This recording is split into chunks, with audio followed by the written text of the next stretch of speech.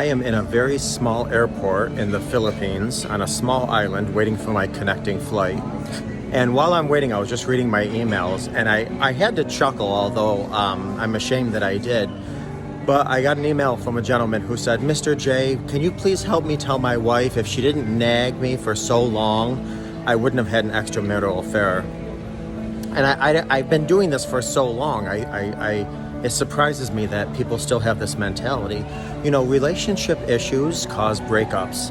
Marriage issues cause divorce.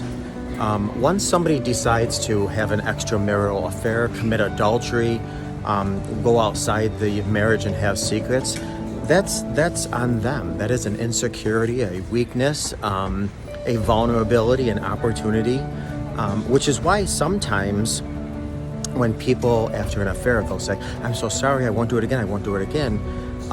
When somebody takes them back prematurely without doing the work, they often have a second encounter of an affair. And that's because when people get into affairs, it's not because of relationship issues, marriage issues, it's because of childhood trauma, it's because of opportunity, it's because of vulnerability, it's because of weaknesses, it's because of lack of self-worthiness, confidence, you name it. And all those just don't come back overnight because you want to win a spouse over. Somebody has to do the individual work to heal what was inside of them that allowed them to take that step outside the marriage.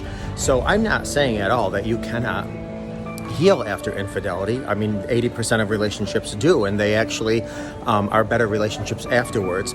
But you got to be very careful after you find out of an infidelity of within 24 hours taking that partner back because they promise they won't do it again. They can't give you something they don't have, and they can't fix their childhood trauma. They can't fix their weaknesses, their inferiority complexes, their vulnerabilities.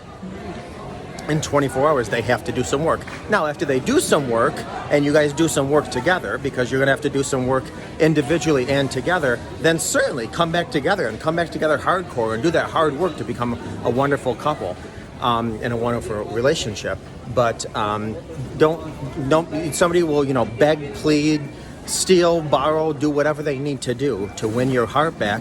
And that's all fine, great, and dandy because it sounds good and you're emotionally vulnerable because your heart was just broken. Your world was completely torn apart and split apart. However, until they do the individual work, there's no guarantee that it won't happen again. And because it is individual work, that should tell you right there that it had nothing to do with you.